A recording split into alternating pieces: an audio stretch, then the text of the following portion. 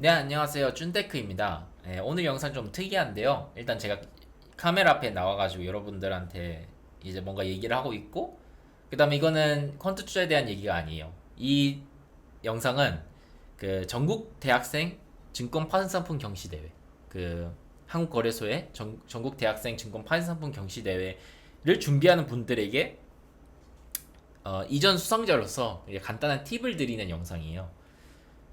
사실 저는 물론 이게 제가 또 솔직히 말하면 또 이런 주제가 또 이제 많은 분들이 관심 있을 테니까 또 그 수요에 맞춰가지고 좀 영상을 만드는 것도 있지만 사실 저는 이 대회가 좀 더 많이 널리 알려지고 사람들이 많이 참여하고 그리고 또 조금은 심리적으로 부담감을 느꼈던 분들이 이 영상을 통해서 뭔가 나도 할 만한 게 있구나라는 걸 느꼈으면 하는 바람에서 이제 이 영상을 만들고 있거든요. 그래서 더 좋은 작품들이 출품이 되고 그리고 또 여러분들도 이 대회를 나가면서 뭔가 대학생으로서 이제 잘 흔히 체험할 수 없는 어떤 되게 큰 동기부여 그리고 또 큰 보상, 인정 그리고 또 성취 뭐 그런 것들을 할 수 있는 되게 좋은 기회고 그래서 저는 여러분들이 꼭 나가셨으면 하는 바람에서 한번 도전해보셨으면 하는 바람에서 이 영상을 만들게 됐습니다. 저는 2022년에서 그 대회에서 수상을 했고요. 그 수상을 하면 주제는 이제 증시 붕괴를 예측하는 시스템을 이제 숫자로 된 이제 데이터 플러스 이제 문서에 있는 어떤 텍스트 데이터 분석 이렇게 해가지고 이제 제가 그때 연구를 이제 팀들하고 같이 해서 이제 출전했었는데요. 그래가지고 결론적으로는 장려상을 받았어요.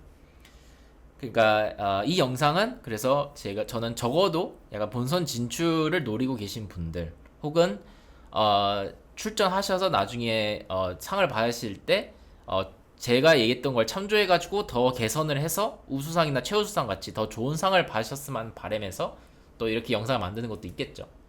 그런 분들이 보시라고 만드는 것도 있겠죠.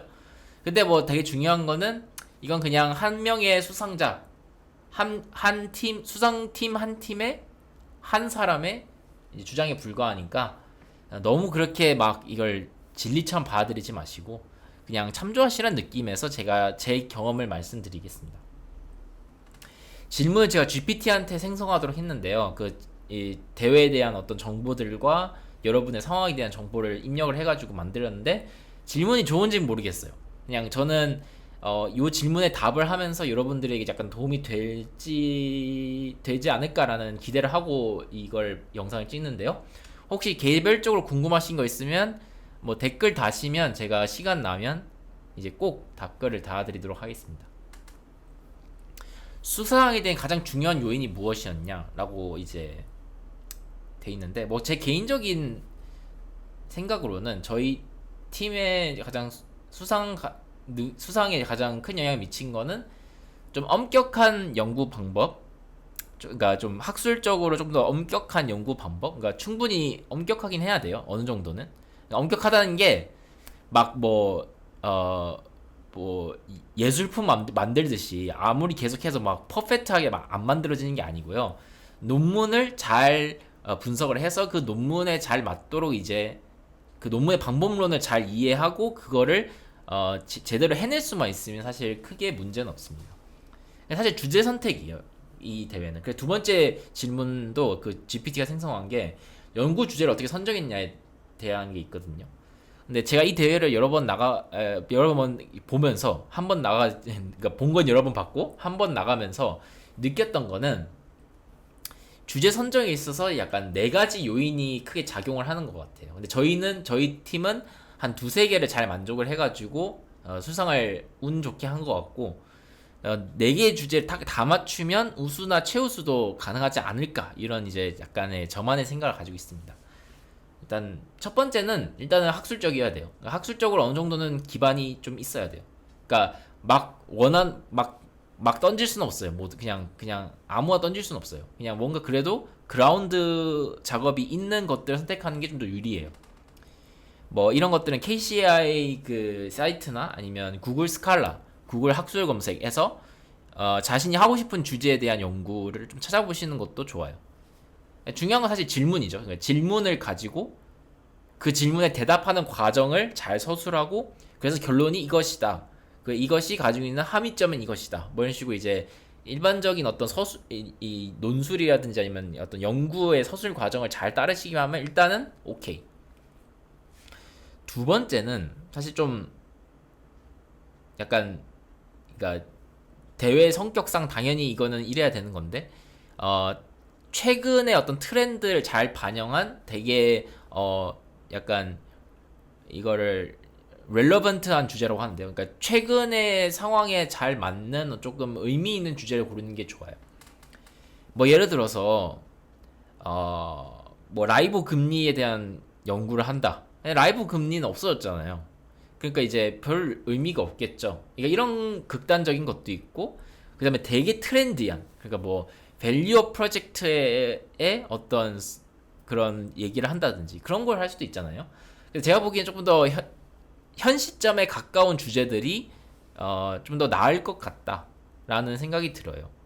그러니까 현 시점에서 되게 중요하게 다뤄지고 있고 사람들이 많이 관심을 가지고 있고 뭐 그런 주제들을 선택하는 게 좋을 것 같다. 그 다음에 세 번째는 되게 이것도 중요한데요. 대학생이 할 수 있는 범위 내에서 뭔가 유의미한, 그러니까 뭔가 죄송합니다. 그러니까 대학생이 할 수 있는 범위 내에서 뭔가 획기적이고 신박한 어떤 약간 소재를 넣는 게 좋아요. 머신러닝, 뭐 AI 이런 것들은 이제 되게 요즘은 그래도 다들 관심이 많아가지고 많이 시도를 하시는데 뭐 ESG도 괜찮은 키워드고요. 그리고 또 상당히 렐러번트 하기도 하고요. 요즘 최근 트렌드에 좀 맞기도 하고요. 또 뭐 여러 가지가 있을 수 있죠. 사실 저는 이번에 최근에 좀 전 제 개인적인 일들이 많아가지고 트래킹을 잘 못하고 있긴 한데 최근에 증권 시장이라든지 아니면 파생 상품 시장에서 되게 중요시되는 어떤 주제들이 있을 수가 있죠. 그런 주제들을 잘 선택하시면서 뭔가 딱 봐도 뭔가 탁 튀는 그런 누가 봐도 뭔가 이거 되게 트렌디하고 학술적으로도 말이 되고 또 그 다음에 뭔가 되게 대학생이 할 것 같은 뭔가 되게 톡톡 튀는 어떤 약간 케이크 위에 체리 같은 그런 어떤 소재가 이게 세 가지가 막 갖춰지면 딱 좋을 것 같다. 그럼 네 가지라고 말했잖아요. 근데 아까 전에 제가 그럼 나머지 하나는 무엇이냐? 되게 중요한데요.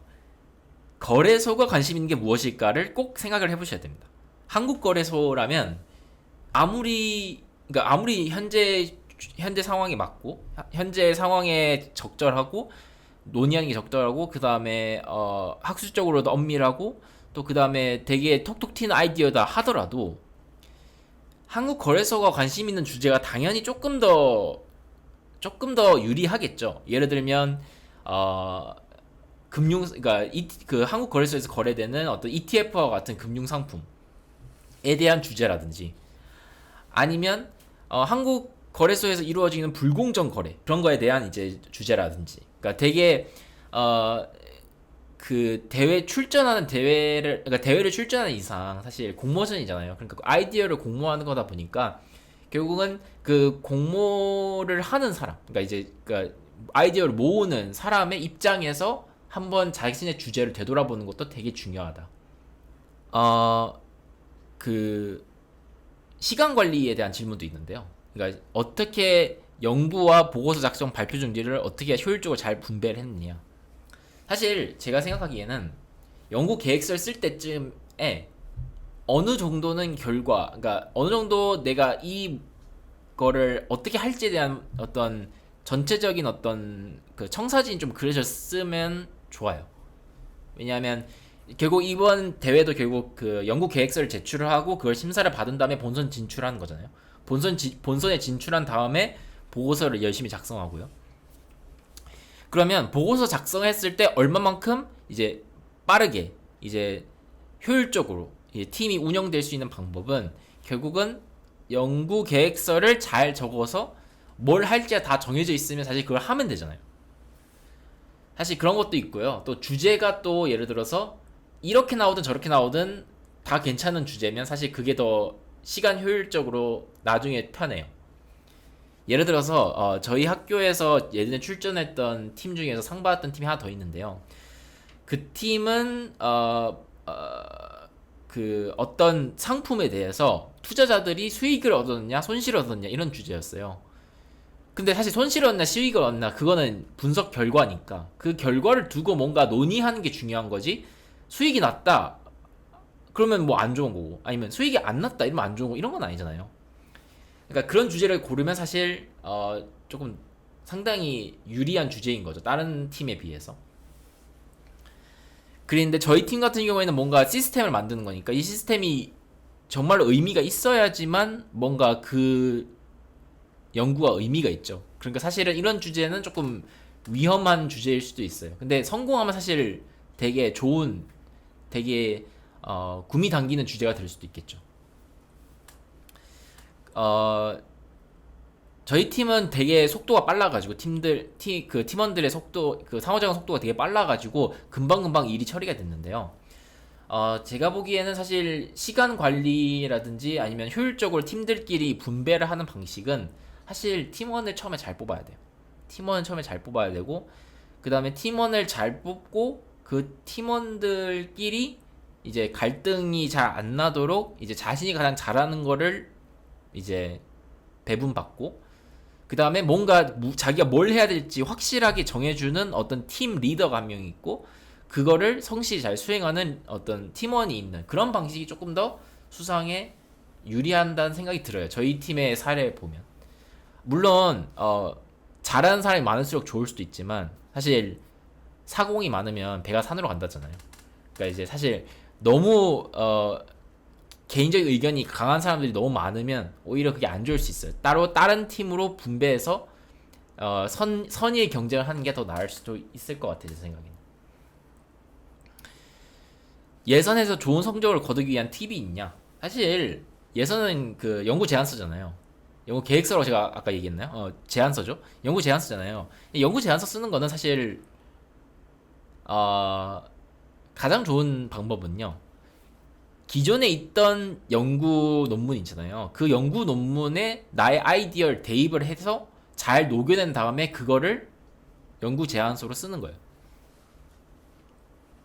그렇게 되면 일단은 학술적인 엄밀함 잘 보장이 되죠. 내 아이디어 잘 들어갔죠.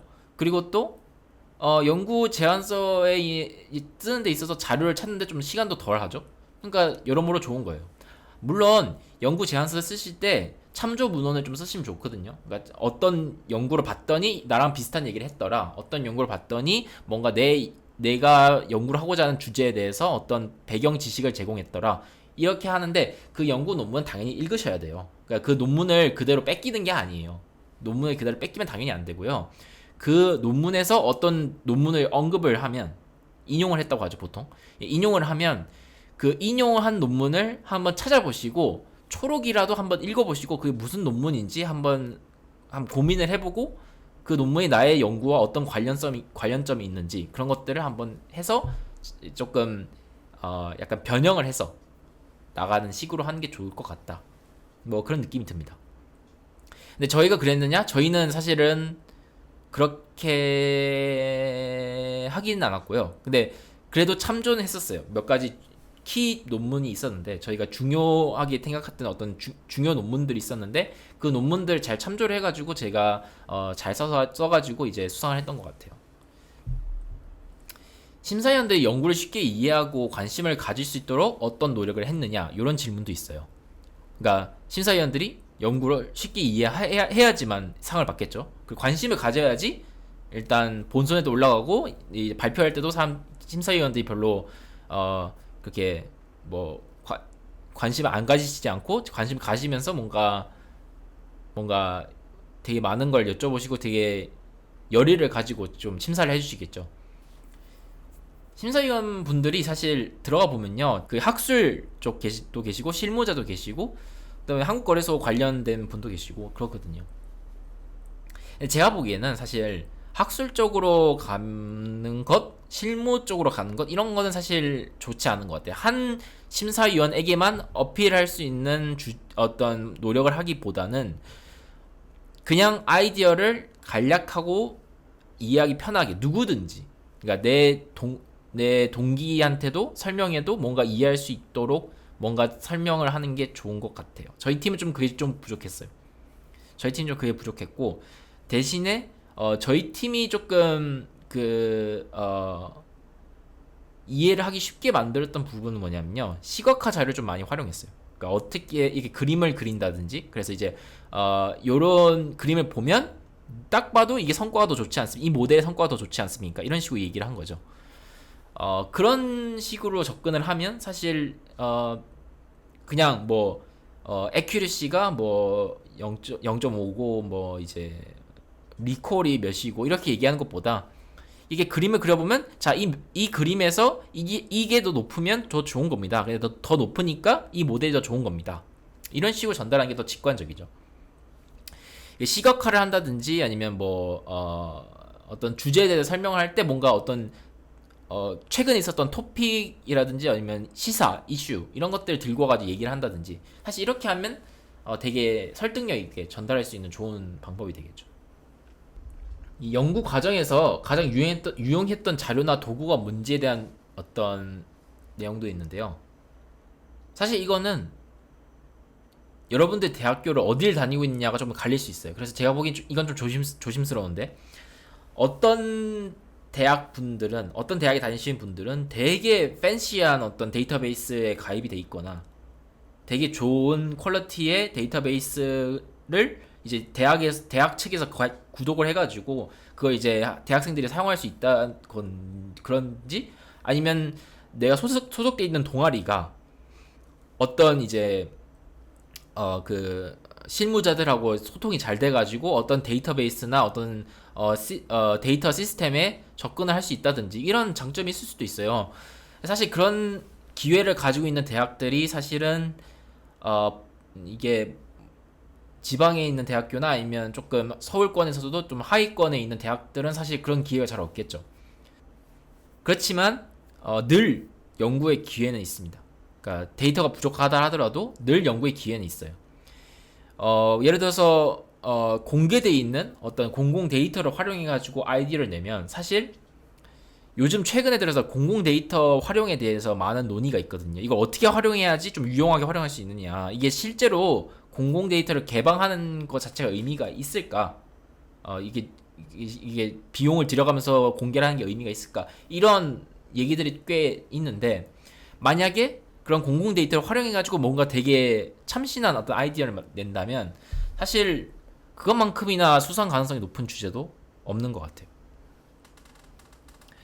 그리고 여러 가지 사이트에서 이제 그런 데이터를 제공하기도 하고, 또 웹크롤링이라든지 그러니까 그 합법적인 웹크롤링요. 그러니까 API를 이용한다든지 아니면 뭔가 이제 시스템이 이미 갖춰진 상태에서 크롤링을 한다든지, 뭐 그런 것들도 제가 보기에는 좀 신선한 소스에서 가져오는 거니까, 물론 이제 그냥 데이터가 쉽게 얻어지는 다른 학생들에 비해서는 조금 출발점이 늦을 수도 있지만, 오히려 그 데이터 자체의 창의성으로 인해서 수상 확률이 높아질 가능성도 있다. 예를 들어서 저희도 물론 그 데이터베이스가 있어가지고 수혜를 누린 부분도 있었지만, 사실은 저희는 코스피가 급락을 할지 안 할지를 예측하는 게 목표였거든요, 사실은. 그럼 코스피는 데이터가 이미 있잖아요. 그 공개가 돼 있잖아요, 여러 사이트에. 그리고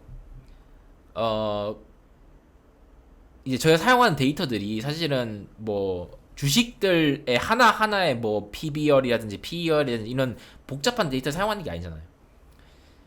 그냥 그 지수에 대한 정보를 사용하는 건데, 근데 이제 저희가 또 활용했던 게 또 이제 뭐 그 한국은행이라든지 아니면 뭐 OECD였나 IMF였나 기억이 잘 안 나는데, 거기서 발간한 리포트라든지 그 리포트를 다운로드 받아가지고 일일이 그 다음에 그거를 텍스트를 처리해가지고 뭔가 유용한 정보를 뽑아내는 그런 아이디어를 냈었거든요. 제가 보기에는 그런 것들도 사실 되게 저희 수상에서 되게 큰 영향을 미쳤지 않았을까. 그런 어떤 새로운 데이터에 대한 접근을 어필을 많이 한 거죠. 그런 것도 되게 중요하지 않을까. 그러니까 팀원들 간의 협업을 어떻게 효율적으로 진행했느냐, 이게 사실은 이제 저희 팀에서의 가장 큰 약점이었다고 할 수 있는데요. 사실 제가 조금 소통력이 처음엔 좀 부족했어요. 그래가지고 좀 갈등도 있고 그랬었는데, 근데 시간이 지나면서 이제 팀원들이 이 사람은 이런 것들을 하고 있구나, 팀장이 이런 일을 하고 있구나, 그 다음에 저도 팀원들이 이 팀원은 이런 장점이 있고 저 팀은 저런 장점이 있고, 그러니까 이제 이 팀원한테 이런 일을 할당을 하고 저 팀한테 이런 일을 할당하고, 또 사실 무임승차자가 있을 수도 있어요, 그 팀 안에. 저희 팀은 제가 보기에는 없었던 것 같은데 그래도 있을 수도 있어요. 그러면 사실은 이제 그러면 이제 나중에 좀 싸움이 날 수도 있겠죠, 그런 무임승차에 대해서. 근데 그런 부분이 생각을 잘 해봐야 돼요. 그러니까 이제 물론 이제 무임승차자가 공짜로 상을 받는 게 좀 싫을 수도 있지만, 사실은 근데 만약에 본인이 팀장이시면 팀장으로서 이 팀을 끝까지 완주시키는 게 더 중요한 역할일 수도 있잖아요. 그러니까 그런 것들도 잘 고려를 해서 대회를 진행하시는 게 좋지 않을까, 이런 생각이 듭니다. 다시 참가하게 된다면 무엇을 다르게 하고 싶냐, 이게 마지막 질문인데요. 제가 되돌아보면 참 그거 했던 것 같아요. 나이브했던 것 같아요. 나이브하다는 게 순수했던 것 같아요. 그냥 좋은 주제를 골라가지고 뭔가 되게 엄밀하게 학술적으로 접근하면 되지 않을까, 그런 식으로 접근했었는데, 일단 제가 접근했던 게 그렇게 학술적이지도 않았고요. 두 번째로 뭔가 좋은 게 무엇이냐, 그러니까 실제로, 그러니까 그 좋다는 게, 그러니까 좋은 주제를 고른다는 게 누구한테 좋은 것이냐를 생각 못했던 것도 있었고요. 또 그 다음에 뭔가 이제 뭐라 해야 되죠? 그러니까 이제 좀 시간 조절을 잘 못하고, 그 다음에 또 너무 좀 효율적으로 팀을 운영하려고 하다 보니까 또 성과가 그렇게 좋지 않았던 것도 있었고요. 제가 뭐 저한테 이게 배울 수 있는 실수가 무엇이냐라고 이제 GPT가 질문했는데, 제 생각에 이거는 좋은 질문인 것 같아요. 제 생각에는 제가 출전했을 때 가장 했던 큰 실수는 주제 선정한 다음에 이제 분석을 하는 데 있어서 이 연구 과정이 쭉 있잖아요. 거기서 뭔가 키 페이퍼를, 그러니까 참조를 하면서 배워갈 수 있는 어떤 논문 하나를 정하지 않았던 게 가장 큰 제 실수였던 것 같아요. 그러니까 결국은 이 대회가 뛰어난 연구를 하자 이런 게 아니에요. 뛰어난 연구를 하자는 게 아니고 얼마나 열심히 배워가느냐에 대해서 포상을 하는 거거든요. 물론 그런 것도 있고, 이제 뭔가 한국 거래소가 원하는 어떤 그런 부분도 있겠죠. 근데 제 생각에는 대회 어떤 공모 요강에서의 취지라든지 그런 것, 그 다음에 그 발표 이후에 이제 어떤 심사위원들의 어떤 심사 방식, 그리고 또 전달받은 어떤 내용들, 이런 것들 고려해 봤을 때 사실 한국 거래소 입장에서는 이걸 약간 대학생들이 어떻게 하면 이걸 여기서 뭔가 더 배워갈까, 어떻게 하면 학생들이 더 많이 배워가고 더 성장할까, 이런 것들 좀 많이 생각했던 것 같아요. 그래서 이런 대회를 진행하는 것 같고요. 그렇기 때문에 뭔가 배워갈 만한 어떤 벤치마크, 그런 걸 잘 잡아놓고 거기서 뭔가 자신만의 어떤 새로운 걸 얻는다든지, 자신의 새로운 연구 질문을 대답해 본다든지, 그런 식으로 접근하는 게 좋지 않을까라는 생각을 저는 합니다.